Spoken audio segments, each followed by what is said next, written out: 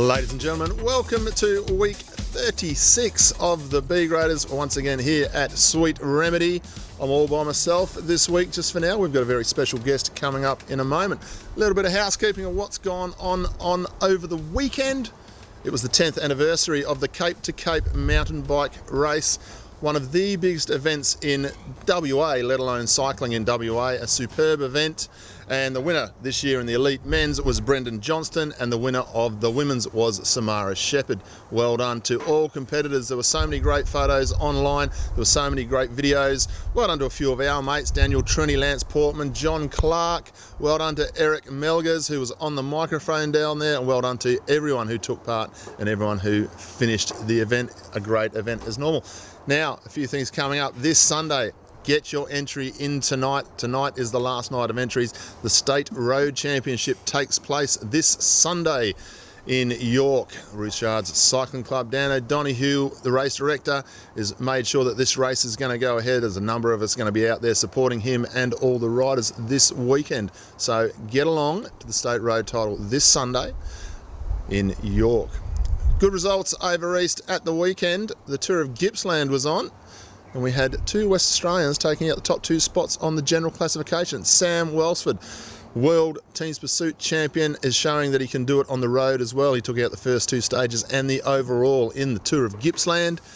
And the man who is leading the Subaru National Road Series, Michael Freeberg, he took a number of podium spots and ended up second overall in the Tour of Gippsland at the weekend. It was a great thing to see on the weekend on Facebook. You could see the Facebook live coverage of the racing with Pat Shaw doing the commentary, which was a great initiative to see coming into social media for cycling here in Australia. No West Coast Masters news this week because they're having a bit of a break from road season to summer, but this weekend, towards the end of this week, in Queensland, we have the Australian Cycling Championships for the Masters, the Cycling Australia Championships. So good luck to all the boys and girls who have gone up. Name a few: Bernie Swart, Matt Upton, Chris Glasby, Johnny Gregg, Sam Smith, and anyone else who's up there. We wish you all the absolute very best. Michael Freeberg's heading off to the Tour of Hainan with his ISO Way team this week, and Jess Allen is already in China. We had her on the show a couple of weeks ago, and of course she talked to us about going to China. She said she wasn't going to do too much training, but I think she has done, and she's been a bit of a tourist in China before the start, but she'll be having a good race there. Also this Sunday, don't forget, ATA have the Gentleman's Pace Race, as I know it as, but it's the 2-up time trial, and that should be a very good event to round out a very nice season for the ATA time trialists. Ladies and gentlemen, we'll be coming up with our very special guest in just a moment.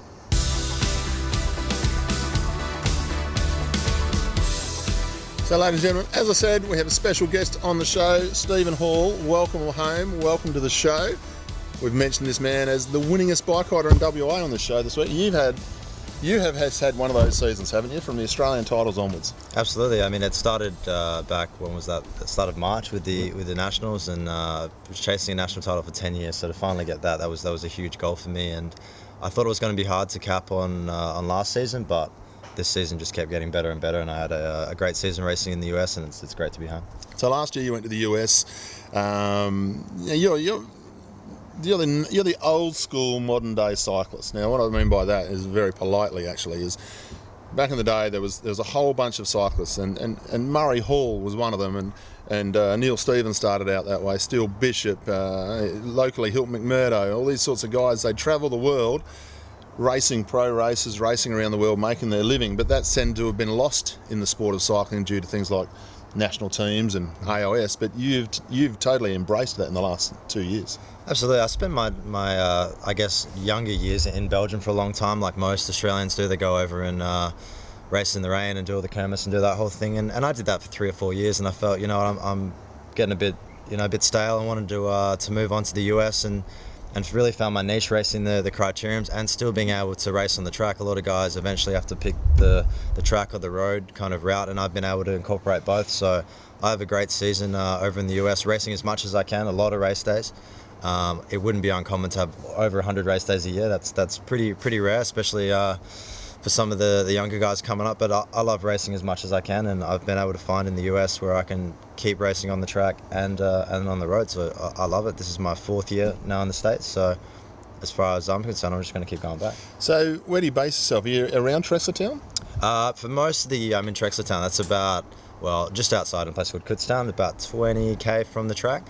So I'm there for the majority of the track season, and then I bounce around a little bit depending where the race is on, but predominantly in Pennsylvania. Yeah. Now, did you win Rider of the Year this year? I did. After a couple of years of getting second, finally took the win this year. It was a good battle. Went for 14 weeks, something like this. So towards the end, it's really just you're racing against one or two guys every single week, and sometimes you don't even need to win the race, but you're just trying to finish ahead of them. So it's pretty stressful, but finally this year I took the win. So that was another one that had a little circle around it for me. And of course, guys like Marty Nostine, Stephen Pate, real Olympic world champions have won this year-long season-long prize in Trexlertown. So it's a very big deal. Back in the 90s, when the American scene was absolutely booming with things like Saturn and 711 Motorola, LA Sheriffs with Malcolm Elliott and Simeon Hempsall racing, there was good money to be made in those days. Now, what's it like now? Is there contracts available at the level you're riding at, or is it prize money? It's a bit of both. It depends really where you want to go. A lot of the big road teams are racing the Tour of California, Utah, all these kind of races. I focus more on the crits, so you're looking more at prize money most of the time, but it's not as great as it was in the heyday. I mean, talk to Smokey Dawson or Darren Harry, and they'll tell you some stories about how much prize money there used to be, but I'm enjoying it, and I keep going back, so it's I'm doing all right. So the national title, Michael Freeberg, Cam Meyer, yourself, and Welsford. So that four. Now, you didn't ride together as a four-man team until the first round, did you? Like, you did a little bit of training, but as far as a full noise with wheels in? Probably, I think, to be honest, the day before, we had a ride, and we didn't quite figure it out. But it wasn't from being like at Ask or anything like that. It was more the fact that we couldn't get four of us together. Yeah. We had tried to get a couple of us together a few times, but Welsford being in Adelaide, Cam racing everywhere, actually trying to get four of us together was the hard thing, and it didn't actually happen until we got to Brisbane, and a couple of days out from the Nationals, we had a few rides together, but the full standing start 4K was the qualifying. It was a qualifying ride. Yeah. It's absolutely amazing. And you went on to win the final and got the bands. How much does it mean to you to get those bands on your jersey? I mean, it's hard because when you speak to a lot of guys, the Myers, all these guys, they started winning nationals when they were 14, 15 years old. Bobridges, Durbridge, all these guys, they grew up winning national titles. And not to say that it takes a little bit of shine off it for them, but they were always winning. Then you take someone like me that's been second, third so many times, and I've always dreamt of really wanting to win that national title, where they're focusing on Olympics, Worlds, all these kind of things. For me, it was never about that. It was I want to have the bands. I want to be an Australian champion. And when you put your effort into 10 years of work and then you finally have it in your hands, I wouldn't trade that in for anything. It was a beautiful moment. I had incredible teammates. They're all world champions except for me. And I hope we can get the band back together, and we'll have both Cam and Welsford in the bands this year because they won the world title. Yep. And hopefully Freebie is coming along for the ride as well. Yeah, I hope so. Now, mate, we had Hank Vogels on the show earlier in the year, and had a great interview with him. And I asked him a question, because his father Hank, Olympian, pro in Europe, he had to step out of the shadow of growing up as the son of a gun. Now. You're in exactly the same position. Your father was multiple national champion, Commonwealth Games. If there was a bike race to be won in Australia at a national level, if Murray Hall didn't win it, it wasn't worth winning. What was it like coming into a sport like cycling and having everyone looking at you, so to speak? I guess the same thing with Muzz. He started winning national titles. I think his first was when he was about 15 or 16 years old. He was originally a Victorian, so it's not... I guess I hear about his feats on the bike more so when I'm in Victoria or in Tasmania. There's definitely plenty of people who remember what he did on the bike. Yeah. Whereas probably in WA, people remember or are more grateful for what he's done for the sport after racing. So yeah, definitely, it's hard having your old man being such a good bike rider and trying to live up to that.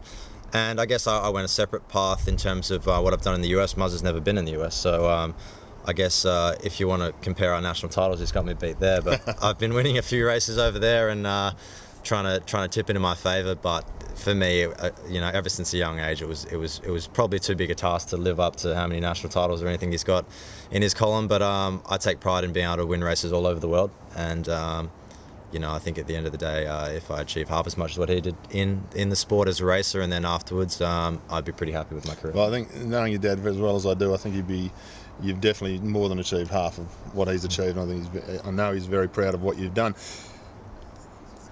I've been lucky enough to have you in the team, and one or two of the teams that I've run, and you've been incredibly successful, and you gel with the team so well. But you come across as more of an individual person, even though you're a sensational team rider. Is that out of desire to do it that way, or continue going to someone like ISO Way or something like that? Is that just not your thing at the moment? I think at the moment, a lot of guys kind of get caught in the trap of focusing all their energy on the National Road Series, and I'm not a fan of it personally. I think there's a lot of changes that they could be made, but at the same time, good on the guys that race it. They're putting on races, so good for them. But it seems unless you really are in one of those super teams like Isoway, it's very difficult for an underdog to win one of those races. How often do you see a bunch sprint in Gippsland or something like that where an underdog's winning? You've got Welsford, one of the fastest mans in the world, and Freeberg, right behind him. You're not going to see very rarely an underdog come out and win those races because they don't have the teams behind them. You might occasionally get it when you have a breakaway or a small group going to the finish, and hey, if someone was the quickest out of them. But that kind of format of racing, every time I've raced them, I was more or less one out or didn't quite have a super team behind me, and I was putting a lot of pressure on myself to get a good result. But I was competing against these teams that had 6 or 7, sometimes 8 superstars, and there's only so much you can do as one bloke or a few guys helping you. So I went against the grain and thought I'd spend the time in Europe, but I didn't get caught up in that. And then I decided, hey, I want to go to the US. I love racing in Asia still. Anywhere I can race my bike has always been my philosophy. So a lot of guys are going, trying to get from the NRS, and if they're good enough, they'll get picked up.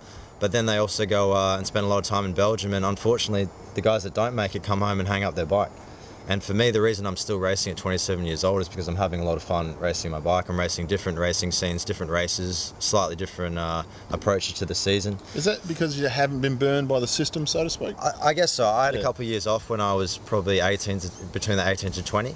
And that was the time when really, if I really shown what I had as a bike rider, I probably would have ended up in one of those bigger programs. But maybe I wouldn't be having this conversation right now, So I'm not disillusioned about my ability as a bike rider or anything like that in terms of going into these bigger teams. But the idea of racing in Australia just doesn't really do it for me. I'm happy with what I do in the US, and for me, it's exciting coming home and just racing our local races and preparing to do it all over again. So, now, speaking of local races, we've got a lot coming up here in the West and on the East Coast this year. But you're going to stick around and ride the Rockingham Criterium that's coming up in November.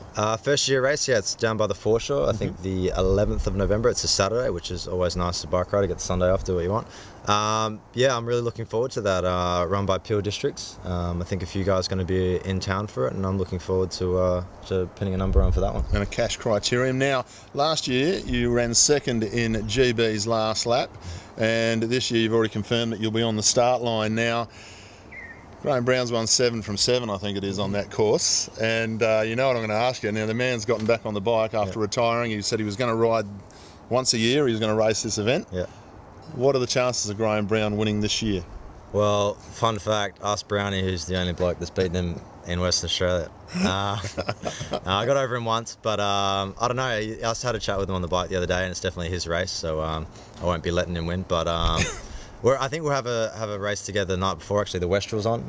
Track Cycling WA is running a race. I've heard a rumour he's going to rock up there, so maybe we'll have 2 showdowns in the one weekend. But he loves the course. He's a brilliant bike rider, obviously, but let's see how much time he had off, and let's see if I've got the edge over him. See if he's got the edge. So now there's a lot of racing coming up. I was talking to Dan O'Donoghue. I think the Ring Series is back on again this year. There is going to be some midweek racing coming up this summer as well. How much time are you going to be spending in WA this summer?